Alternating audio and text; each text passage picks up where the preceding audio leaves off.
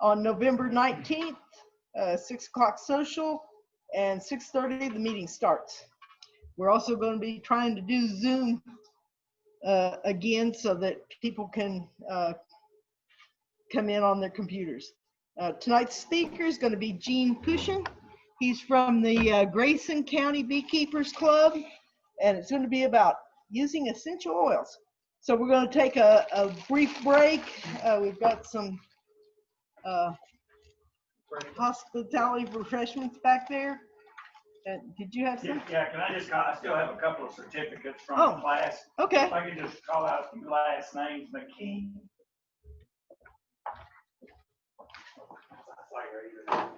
Kelling. Sampsell. You see Reader. Teresa? R-E-I-T-E-R. Thompson. Galen? Yeah. Jerry and Christie. Oh, no. No, different Thompson. All right, another one. And Regal. I'll keep them till next year. Thanks. Okay. Ladies and gentlemen, you two, Mike and Tim, have you here.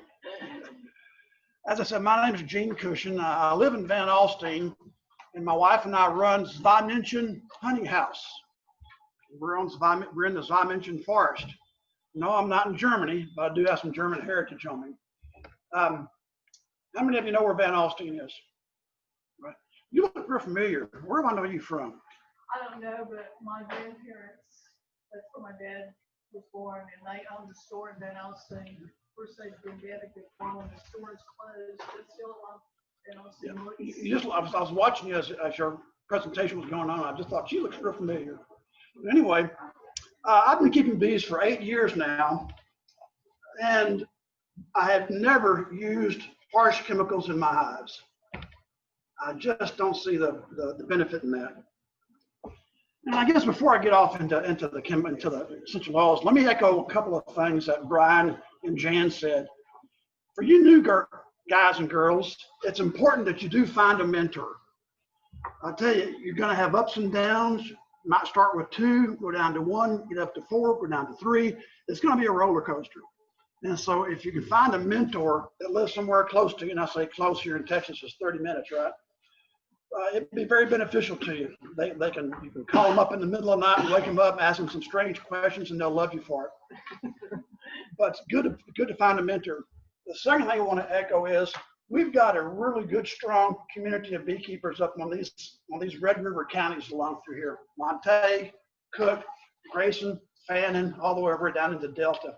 I've been into a lot of those clubs, and they've got a lot of good beekeepers. So we're in a pretty strong community of local beekeepers, and it's just growing by leaps and bounds. So find you a mentor. That's my words of wisdom. Find you a mentor.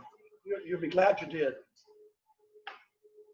My wife finds and collects cartoons like this. This is one of my very favorite ones. Can you see it? Quick, go and tell the others. I found a way in. Yeah. That's what happens when you don't get the right zipper when you zip it up. And that happens to all of us. What's the gentleman back here in the blue shirt looking at his phone? Sir? Yeah. You said you had 8 bees get into your hive, get into your suit and join you in your suit. Yeah. That is a rude awakening, isn't it? It is. Had the same thing happen to me. Up well, but I do now. And exactly. You know, and that's a regular initiation of a beekeeper is to have those little boogers. I don't like to call them girls anymore because I don't want to personify them. They're just bugs. That's all they are. They're just bugs. But earlier this year, I had 4 of them get up into my veil because I forgot to zip up. And it's just before you know it. So that is the initiation. You have not been initiated into beekeeping. All right. This is my favorite one. I had 6 bites on my face. Yeah. Okay, we're going to talk about essential oils and some of the applications of essential oils. On the very end of this, I will give you 2 appropriate things that you can do right now with some essential oils for this time of year. Right.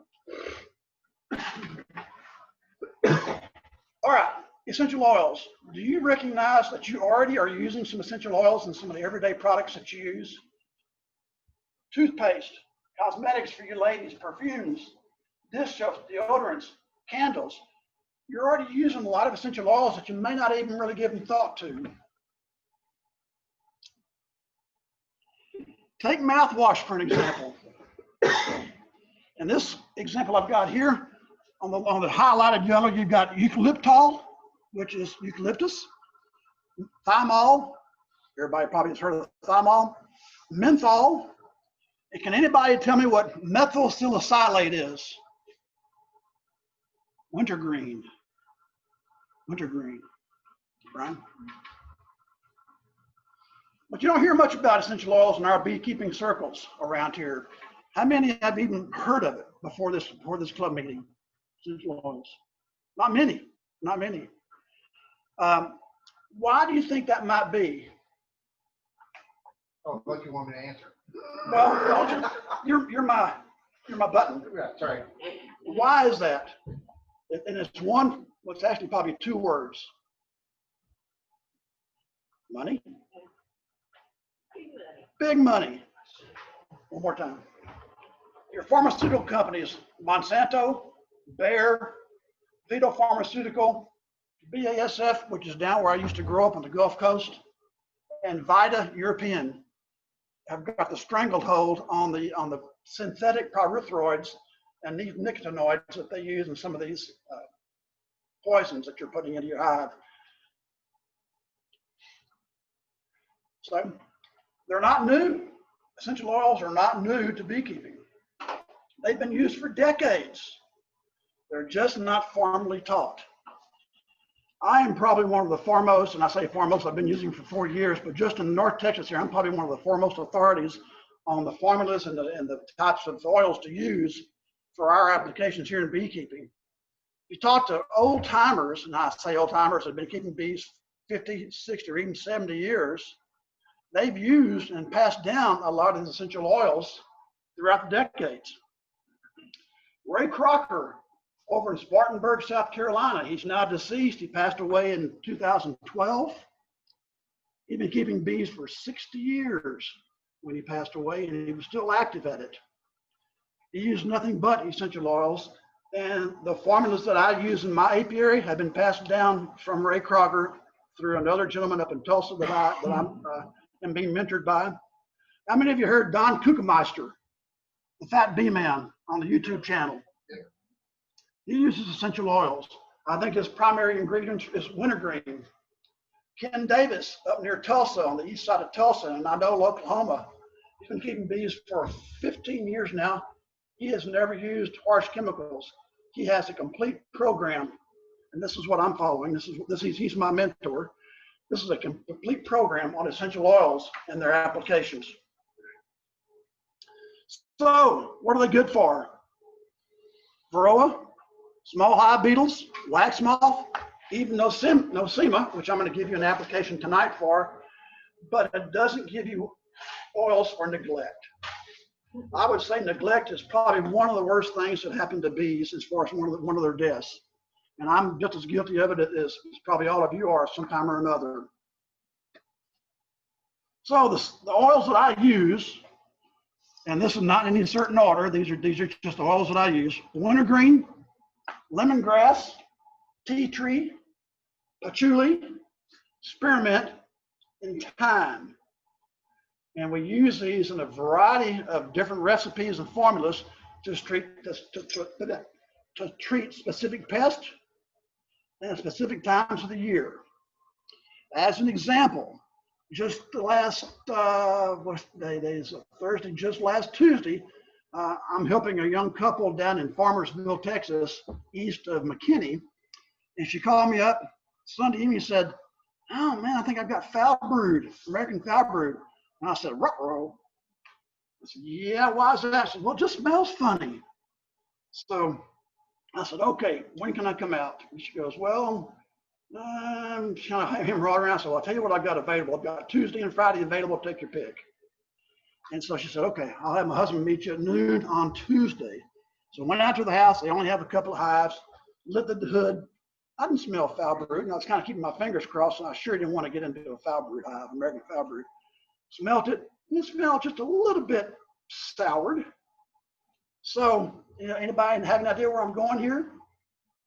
Yep, a little bit of a yeasty smell, kind of a fermented smell. You know where I'm going. So anyway, we went through his hive, and one of them, they had just done a mite check on, and they stopped counting at 17 when they had done a sugar roll test on their mites. They stopped counting at 17. The other one just had 2 mites on it, so that one was pretty nice, pretty good box. Not only did on the 17, the one that had 17 mites on it, and it had more than that, 'cause like I said, they stopped counting at 17. That also had a hive beetle problem. Why was it smelling yeasty? Why was it smelling a little bit fermented? I'd be larvae in that. There it is. They had small hive beetles had gotten into some of the pollen on frame number 2. Wasn't on frame number 9 yet, but frame number 2 is where a lot of the pollen's stored, yes? So it got into some of that pollen, and it started turning the lower section of that frame bad. It started getting slimy and stuff. We ended up tearing it, just pulling that frame out and chunking it. But my point is that what smelled to her bad, at least she had a nose to smell it, it was already starting to ferment. Some of the honeys and the pollens were starting to ferment on there, and that was the problem. So what did we do? There's 2 recipes that I used for them. One was a wintergreen grease, which is on the bottom of this presentation I'm going to give you. And 2 was a thyme treatment, white thyme in canola oil. And so I cut you know what a beer coaster is? You probably have them back here in the back. They're kind of cardboard coasters. Got them on the table. Yep, very good. Yeah, square, round, whichever. I had taken some thyme and canola oil with me in a certain specific ratio. This is like dosing. This is like medicine. Dosing it just right. Cut that coaster into quarters. Dipped it in that thyme canola preparation for a few minutes while we just kind of chatted and looked at the bees. Pulled it out, drained it off a little bit, and I put it on the 4 corners on top of their brood nest. All right. Put the box back together. We were pretty much through at that point. Stepped off to the side, and within 5 minutes, bees were already, and we'd already pulled that frame of spoiled pollen and spoiled honey out. We'd already taken that out and replaced it. He happened to have a couple other spare frames of drawn comb. But within 5 minutes, the bees were pulling carcasses out. They were pulling dead larvae out of the cells. They were doing housekeeping. And that's the point of this whole thing, is to get these girls to bust up their nest, do some good housekeeping, and get it cleaned out and ready for fall. So that was just a thyme recipe that I used to do that kind of thing. Like thyme and canola oil kill small hive beetle larvae? Nope. I got another recipe. I used about 10 to 12 different recipes at certain times of the year to do certain kinds of things. So the only point is to you that you can use things like that to help clean your hive out without having to go to the harsh chemicals of Apiguard and Apivar. Matter of fact, I can't even tell them. I don't ever use them, so I don't know what the names of these hard chemicals are. All right, so go to the next. What are some of the benefits of essential oils? Cheap, cheap, cheap. They are extremely economical compared to some of the hard chemicals and even some of the soft chemicals like oxalic acid that you might be using. They're effective. They're very effective. And they're efficient, meaning that they get after it right then. But they really get after the project right then. Now, I'm not talking about just pouring, getting your little vial and putting a drop of essential oil on there. That's way, way, way too strong. We're cutting those oils, we're diluting the oils to a safe and effective levels. How many of you gentlemen that are probably over 50 years old have heard of Brill cream? You ever heard the slogan, a Brill cream, a little dab will do you? Yeah. That's exactly what these essential oils do. A little bit goes a hell of a long way. You get a lot of mileage out of it. So the goal on this is to not only kill and deter the pests like I just described on these small hive beetles and the cleaning of the thing, but also promotes colony health. And so there really are efficient mechanisms to use. There's other alternatives for you to use out there other than some of the hard chemicals that you guys might be using. Another benefit about it, and another reason why I like them so much, is you don't have to use PPE. You don't have to use a respirator like this if you hardly even talk to your cousin. You don't have to use respirators. They don't have skull and crossbones on the labeling. Probably one of the main things that I do look for in essential oils is a good reputable source of essential oils. I wouldn't use oils that come from multi-level marketing schemes or programs because they've been cut down too little. In fact, I bought some oils when I first started. I bought some oils off of Amazon, and then I started going to this location that I have down here, LorraineOils.com. And so I set up a little small jigger of wintergreen from Lorraine, and I set up a little small jigger of I don't want to say the name of this other product, and what I did, I took the other product, put a drop inside of the good wintergreen oils, and you can see it dissipating. There's something I mean by see it dissipating, like putting alcohol into an oil. It doesn't quite dissolve into the essential oil, but you can tell that it's trying to. My point in showing that is it wasn't the same viscosity, it wasn't the same strength. So that's why I use Lorraine essential oils. And I did it the other way around. I put a drop of my wintergreen from Lorraine into this other lesser wintergreen in the form of the ball and sunk to the bottom. What might that mean? It's heavier, it's thicker, it's not diluted with alcohols. It really sank to the bottom. So my real point in essential oils is you need to find a dependable, constant source, and that's why I found the Lorraine oils right here. All right. I hate to be a burster of bad news, but there is no silver bullets in keeping bees. This is not the time. The times that we're in now are not like what your granddad used to do. 30, 40, 50 years ago, not the same kind of bees, not the same kind of environment. There's no perfect colony. How many of you have been keeping bees for a while have just a great looking colony, booming, busting out the seam? You go back 2 weeks later and hell, they're either gone or something's drastically happened to them.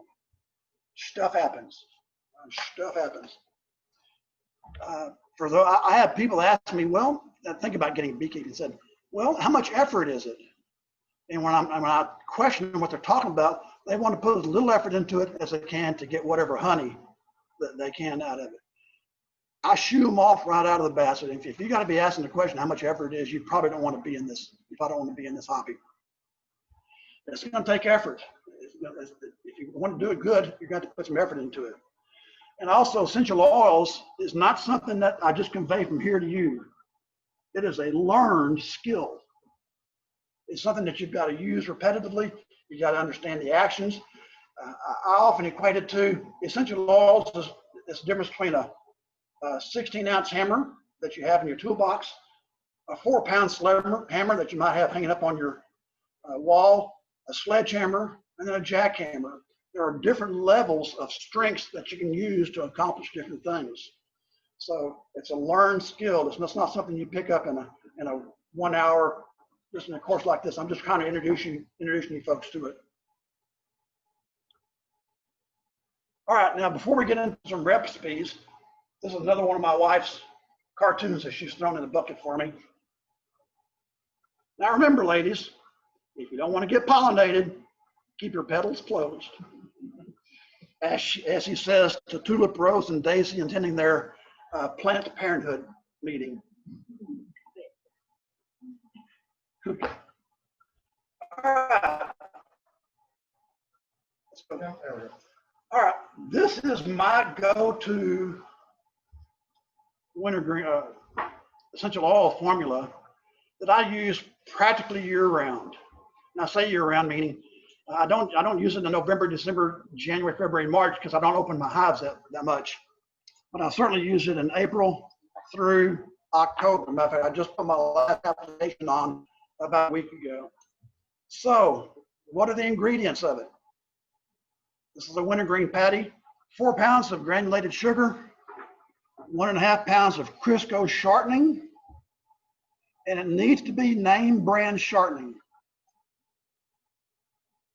Crisco has a wee bit higher melting point than your Great Value or your Kroger brands or whatever it might be. It's a better quality shortening. A pound of honey, 2.5 ounces of wintergreen natural oil, not more, not less. These formulas that this recipe that I'm giving you here has been developed over decades, particularly by Ray Crocker that I talked about earlier. How many of you have heard of LD50? Yeah. LD50, lethal dose 50. That means a concentration of a chemical or a value that 50%, in our case, 50% of your bees will die. In other cases, it might be 50% of your livestock, might be 50% of your chickens, whatever it be, but LD50. These formulas are geared to be below that, but they're strong enough to take care of the small hive beetle and the varroa and nosema and knock those little critters out, but not strong enough to hurt the bees. And that happens to be about 345 parts per million. And that's what these values I'm giving you get to. So when I say 2.5 ounces of wintergreen natural oil, doesn't mean 3 ounces, doesn't mean 3.5 or 4, doesn't mean 2, doesn't mean 1.5. It means 2.5 ounces of wintergreen oil to be able to attain the same effective rate of kill that you're looking for. Okay, so you fold your Crisco into your sugar, and that's a laborious process. What you see here is a large Tupperware container that I've absconded from my wife's pantry. Hey, once you've got that folded in well, you fold in honey into your Crisco sugar mix. It helps to warm your honey up a wee bit in the microwave. Once you've got that well mixed, then you add on your wintergreen oil into the honey. And you place all that into a 2-gallon bucket. This happens to be mine. If you get a 2-gallon bucket from one of the big box stores, or if you want to use a 5-gallon pail that you might have been using for honey, that's okay. But that's the last thing that bucket's going to be used for. You'll be using this over and over again. That's probably the 6th batch of wintergreen grease that I've had in that bucket over the past 3 years. 3 years. Next, please. How do you apply it? This is how you apply it. So I'm standing at the back of this 8-frame hive. I run 8-frame mediums in my apiary. This is the back of the 8-frame. You'll see that I happen to have 10 frames of bees. This is my brood nest. I happen to have 10 frames of bees in this box. And so I go about 2 inches in. That's about a 2-inch wide strip right here from the back rabbet. 2 inches in, and about 1/2 inch, 3/8 of an inch deep. Okay, and I'm only putting it where I have bees. Since I have 8 frames of bees here, I'm putting it all the way across. If I happen to have had only 6 frames of bees, so say from here to here, I would have only put 6 frames in. You don't want to overdose them. You don't need to overdose. So then if you happen to have another deep on top of it that doesn't have brood in it, but might have honey in it, just put that back down and you're good to go. This does not taint honey. I use this from April all the way into October. I probably won't be into my bees again. I'll be going into a top hive management strategy from here on out for the rest of the year and into March and April. I won't be going back into them, and this will be there. Most of this will probably be there by the time I get back in the March time frame. The bees will track through this. They'll gnaw on it with their mandibles. They'll track through this and take it back through their hive, and it kills mites. It kills small hive beetles if they stay around too long. Hive beetles do not like the smell of it.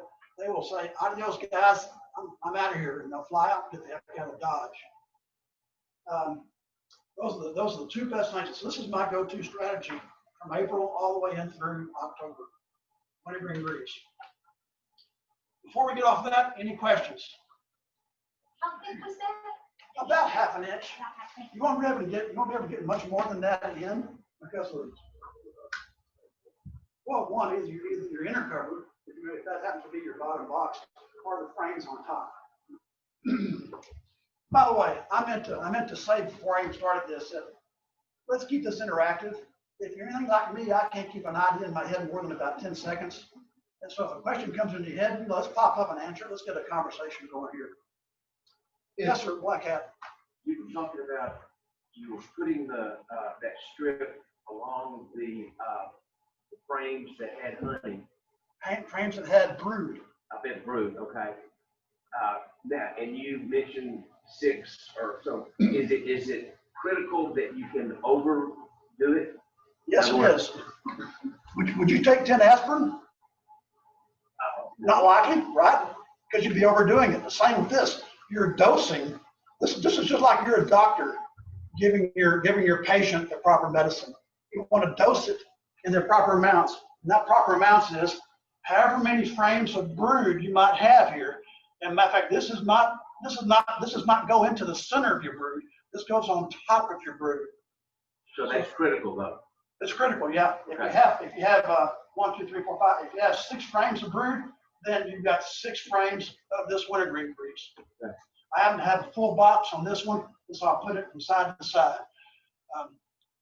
I've got a little bit on some 4-frame nooks that I'm running right now, and I say a little bit, it's probably even just three frames worth. So I don't want to.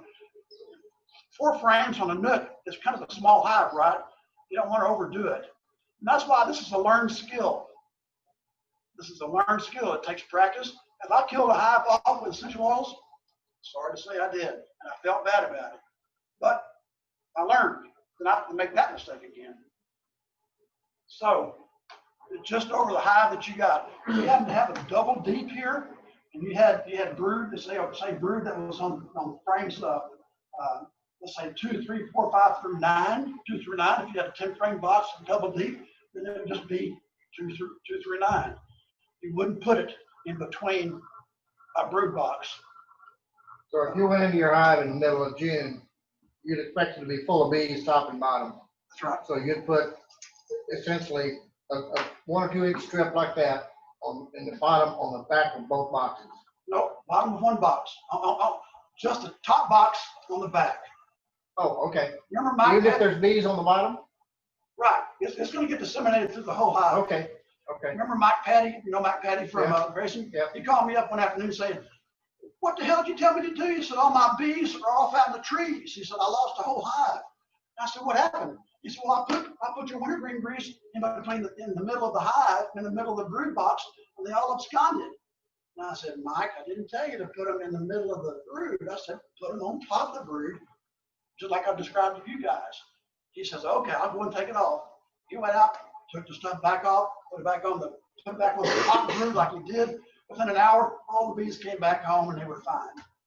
So they don't like the smell of the wintergreen either. Well, it was too strong for them. Not when you put her right in the middle of their brood. Okay. But if you're on top of the brood here, they got plenty of room to move. And so, like I say, it's a learned skill. It's not something you pick up overnight. This is relatively simple. That's why I feel I can impart it to you guys easily. I think y'all understand by the time you walk out of here. Another question. Has Ken Davis or anybody, have they explained that, or they stated that it appears essential oils that rural mites, small hive beetles don't develop resistance to that like they do the hard chemicals? Is that another advantage, or is that, have they? Good point. Discussed that? Yeah, yes, sir. This question was, has my mentor and these guys, these old timers have been using for years, discussed whether the bees develop a resistance? On the Barollas. I'm sorry, I meant to say the pest. Yeah, the pest. The pest develop resistance to it. And basic answer is yes. Ken has used this 100% for the last 15 years. All right. And he still gets effective action out of it every year.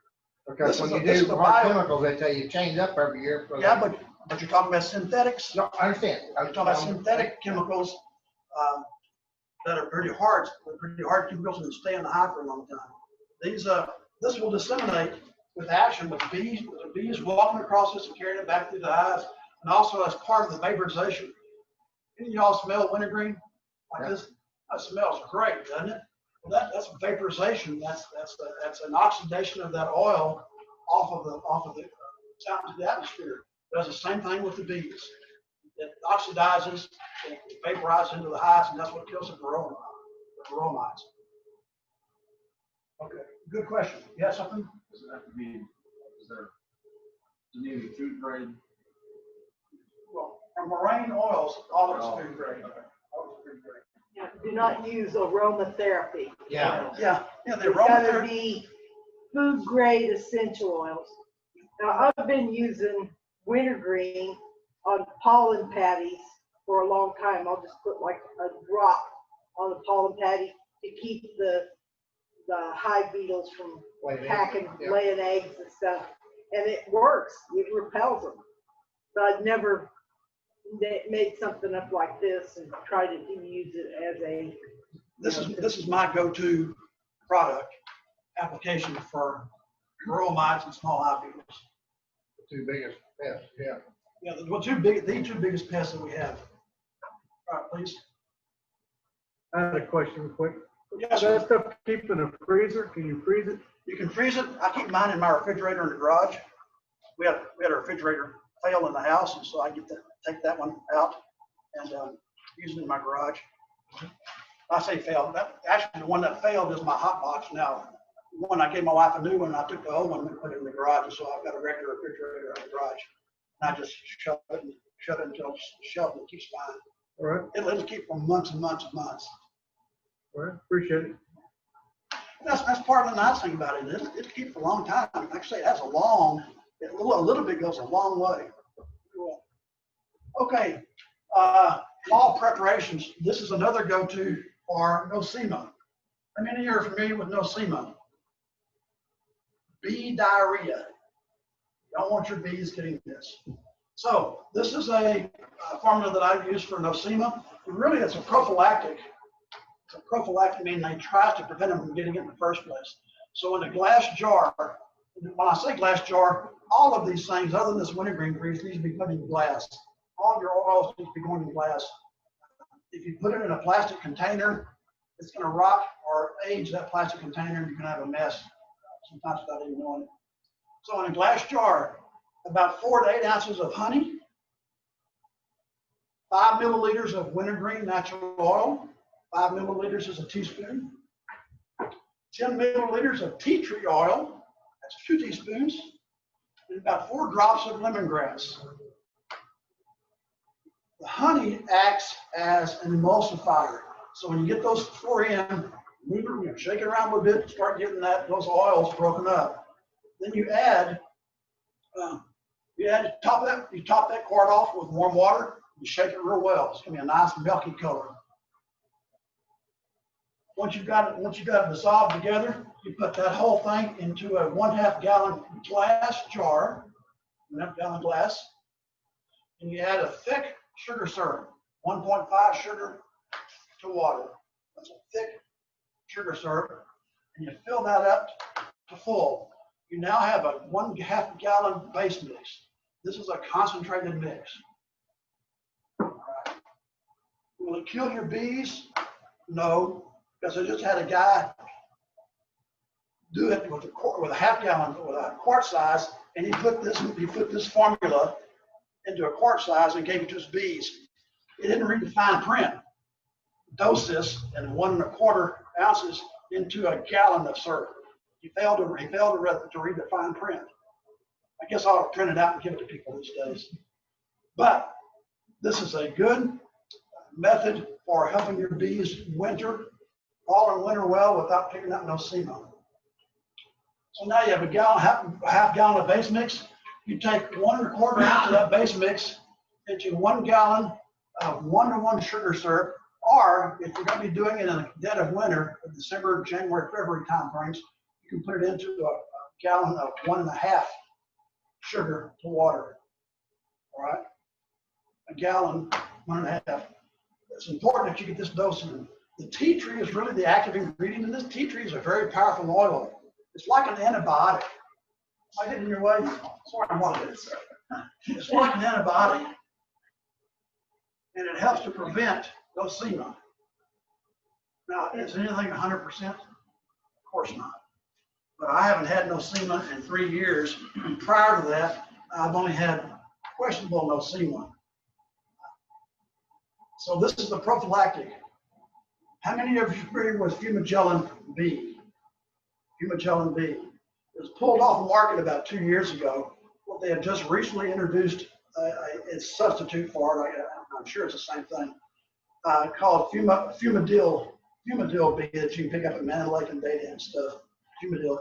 Fumadil is a medication after the fact. You would give Fumadil after your bees have developed nosema. Hopefully this will prevent it. This is a prophylactic, meaning this is before the issue. Next. How about the lemongrass oil? What is it about lemongrass oil that bees like? It simulates, it's probably the closest oil that simulates the smell of the Nosonov gland. Nosonov gland is what they have when they're honey that they fan with to help lure other bees. Come here, I found a good home. Come here, I found my queen. Okay, so dosing. So now I'm giving you the formula, 1 1/4 ounce to either a gallon of 1:1 sugar syrup or 1.5 sugar syrup to start in late September and early October. So you give, for strong highs, meaning a good strong deep or double deep, you would give strong colonies 3 quarts in succession. 1 quart, boom, they draw that down. 2nd quart, boom, they draw that down a little slower. 3rd quart, boom, they take a little slower to draw that one down. 3 quarts in succession. You're getting the hive inoculated, which you're working towards. After that 3rd hive, after that 3rd quart, then you submit another quart once a month through October.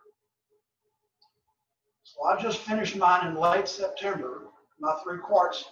Actually, I used some pints, and I'll tell you about pints here in a second, but I just finished my 3 quarts in late September. So here, beginning in late October, I'll give them their once a month quart as a booster. All right, so these are for strong hives. If you happen to be running some nukes or fire frame nukes, then you back that off to a quart. And give, I'm sorry, pardon me. If you have nukes, you back it off to a pint. 3 pints, boom, boom, boom. And after that last pint's consumed, you wait a month. Let's say the last pint was consumed September 15th, the last pint of a nook. And you wouldn't give the next pint until let's say September, or if you give it October 15th, you wouldn't give the next pint until November 15th. All right. So once a month as a booster after you've given the initial 3 jars, depending on whether you've got a strong hive or whether maybe it's a nook. See why I say this is a learned skill?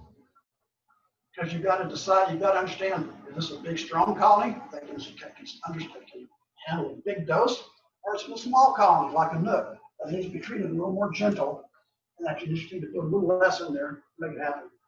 So this is a learned skill. Brian? Okay. What's the most often question I get? When do I know how to treat it? My answer is, does your dog have fleas? Fleas are like mites, aren't they? Fleas are like small hive beetles. Does your dog have fleas? Does it have a couple of fleas? Or does it have a whole chest and tummy full of fleas when you look at it? A couple of mites, no big deal. Your hive will be able to handle that. Like this couple I worked with earlier this week, where they had 17 and they stopped counting at that point. That's a problem. That needed to be addressed right then. Hive beetles on that hive running out the kazoo. And so we gave them a good dose of the wintergreen grease on top of that hive, plus the 4 quarters of the coaster with thyme canola oil on it. And that's got those bees to start cleaning out their nest. Like I say, within 5 minutes, they were dragging out dead bees, and they were dragging out dead larvae that were still somewhat flexible. Okay, next. Teach your kids beekeeping. You know, never have enough money to buy drugs.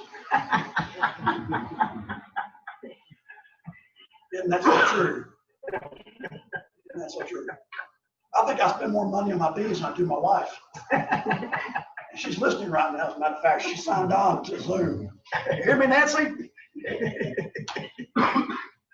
Okay, let's open up to questions, opinions. Am I full of it? You see the logic in it? What do you think? I think it makes a lot of sense. I like it. Yeah, works for me. It's great. It works for a lot of people. It doesn't work for everybody. It doesn't work for everybody. Some people just like to be able to read the directions, stick the stuff in, and walk away. And that's okay. You know, that's your hive. You're allowed to manage it like you want. So I don't have any problem with that. Since I don't know anything about the hard chemicals, I had Brian come out June of this year and talk about hard chemicals to our club, which he's a member of too, as a matter of fact. So. Can we get a copy of presentation so we have something to reference against? Or you have some literature you can?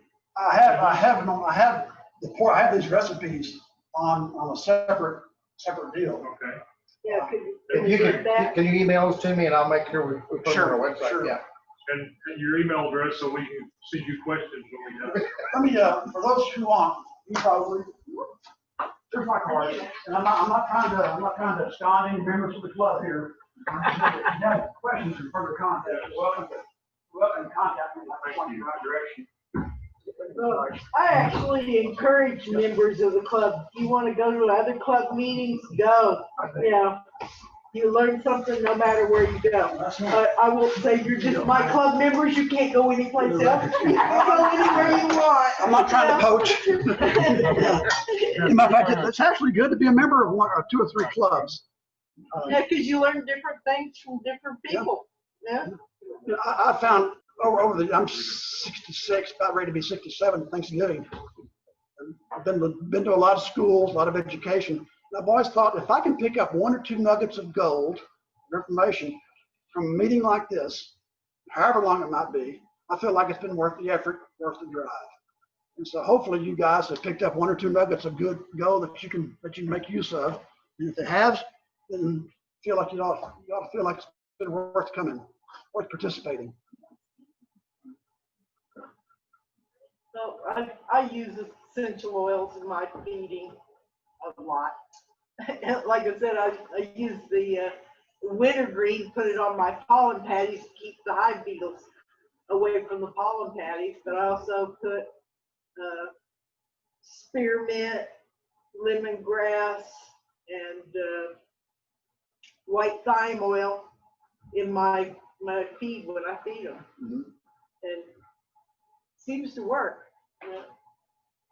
But yeah, I don't have any scientific evidence that proves it, but my bees are usually pretty healthy.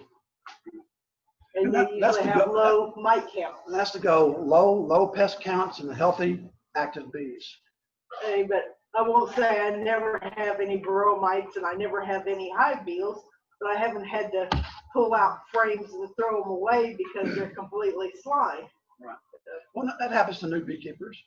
New beekeepers often overfeed with sugar water, sugar syrup, and makes their hives honey bound. That was another problem that this young couple had. Those hives were honey bound, and the queen wasn't going anywhere, and wasn't doing much. So it's just all part of experience. And this is not for those of you that are new, this is not a overnight, maybe a 1-year program. If you want to learn beekeeping effectively from somebody that's been doing it for a while, you're probably talking about a good 5 to 8 year program on this thing, because you can't learn everything the first year.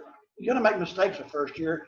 By the time the end of the year gets here and think, damn, I wish I'd done something different over here and over here. Well, you got to wait till next year to do that, don't you? Next year gets here, you incorporate your new ideas, you learn something, you lose a few hives, you go, damn, I wish I hadn't done that here and here. Next year. And so this is a multi-year program, multi-year activity that you're embarked in. I'm still learning stuff damn near every day, particularly from Ken Davis up in Tulsa. And I figure I'll be doing this until my 90s. Really do. And I'm 66, be 67 Thanksgiving, so I got about another 30 years to go. I think bee stings make you live longer. Ask him. Every time I talk to a beekeeper I've never met, I meet him and talk to him, I figure out, am I doing that right? Because the other guy I talked to said he does it totally different. That's why I said, find a mentor that thinks like you do, because 10 different beekeepers will use 10 or 11 different methods depending on what year. Every time you go somewhere, you learn something new or something totally different. That's really important. I feel real fortunate to have been able to find Ken Davis up in Tulsa. He's a 3.5-hour drive, and he has a really good apprentice program that he teaches the students on. And like I say, he learned from Ray Crocker. He was with Ray, I think, 5 or 6 years before Ray passed away. So he was able to siphon down and pull all this good beekeeping or essential oil information from Ray Crocker before he passed in 2012. So I'm real tickled that I found Ken when I did. That grease, whenever in grease, how do you know when to put it back in there? Is it dry up, or is it just once it's gone, and then reapply it, or? We mean how long does it stay in there? When you put it on that back rabbit, how long does it stay? Right, I mean, you have to redose it. Redose it. How do you know, will it dry up and you're like, well, I need to add it, or do they? It doesn't typically, yeah, it doesn't really dry up, so to speak. It does evaporate, but there's still Crisco and sugar that's in there. The oils may evaporate, and that's actually a pretty good question. It becomes less and less effective over a period of about a month or so. So I put some in typically starting around April because I want to get a jump on those varroa mites. Not so much the small hive beetles, because they're going to be a warmer weather pest. Those varroa mites are going to be right behind. If your bee population is going like this, the varroa mites are going to be right behind them, delayed about 4 to 6 weeks worth. And so I put it in typically around late April, so I start dosing my bugs with wintergreen grease. I mean, like how often? I'm not in my hives every week. I'm not getting them hives every 3 or 4 weeks. And so I carry the grease with me on the back of my golf cart all the time. And so if I need some, if it's 3 weeks, if it's 4 weeks, if it's 2 months, I'll just be able to reach back there with my hive tool and slather some on, put the hive back together and keep going. It doesn't hurt the bees any, and it doesn't taint the honey. There are a few things that will taint. I have a question for Jean. Yes, ma'am, go ahead. I have a question for Jean, if you can hear me. Yes, ma'am, go ahead. This is Luann Barfnick. I'm the secretary, and I'm on Zoom at home. I am wondering, we have been using Honey Bee Healthy, which is like an essential oil additive for sugar syrup. Do you happen to have a recipe? Because it sounds like a lot of this stuff you're using is similar to the Honey Bee Healthy, which is pretty expensive. Yep. I just wondered if you had a recipe. Yes, ma'am, I do. We call it Honey Bee Healthy is the recipe, and yes, I do have that. And again, it just takes a little bit of the essential oils into a base mix. The base mix is concentrated, and you do, again, dose that base mix into your sugar syrup, and it goes a long, long way. So the base answer for you is yes, I do have a recipe. That's different from their nosema treatment. That's right, it's different from nosema. And so speaking of that, there's 3 oils, and I just go ahead, Luann. Would you be able to share that recipe with us maybe and email it to someone so we could share it among ourselves? Yes, ma'am. I'll work with Or Brian are on you that. not comfortable with that? We'll get it, Luann. Okay, great. Thank you. 3 of those oils are really strong. Thyme, patchouli, and tea tree are real strong oils. Patchouli is used for wax moths. As a matter of fact, I'm also incorporating another product called Centauri in my wax moth program. Centauri, and that's a dry flowable or a wettable product that you put with water and you spray it on your vacant combs to help preserve them over the wintertime. That's another topic. Well, that's the BT stuff. BT. Centauri is a Bacillus thuringiensis, and it's a subspecies called azawi. Yeah, that's, that was in our last meeting, I Was it? talked about that. You can order it from Man Lake. It's Uh, really, really strong. I have not found it in Man Lake. I had to order mine off somewhere else. They have it at Man Lake now. Do they? And I had to order it from some other place too. The Forest Industries. Yeah, I ordered mine from Man Lake, How long ago? last month. Hmm. I think it's a new product from Okay, them. I've all never right. They're seen it picking up on it, yeah. Yeah, maybe before. so. That's why I talked about it in our last meeting. Okay, any questions? Partner, you had your hand up? White hat? You had your hand, oh, you didn't have your hand up, I guess, okay. Thought you did. Okay, Yeah, we'd really appreciate getting the recipes. yes, ma'am. We can put them up on our website. All right. So you, in your moth program, you use the BT and patchouli oil? Patchouli oil, yep. You spray it on the frames? Use coasters. Again, Okay. yeah, and that's, we could stay here all night going through all these things, and we obviously don't have all the time, but patchouli, thyme, and what else did I say? Tea tree are really strong oils, and you've got to be careful about how you dose those things. Yeah, you can overpower and chase all your bees out of the hive. Well, if you're trying to extract, that's a good thing. Super. Okay. Yeah. Okay, ladies and gentlemen, but thanks so much. Not if the queen. Enjoy talking to you.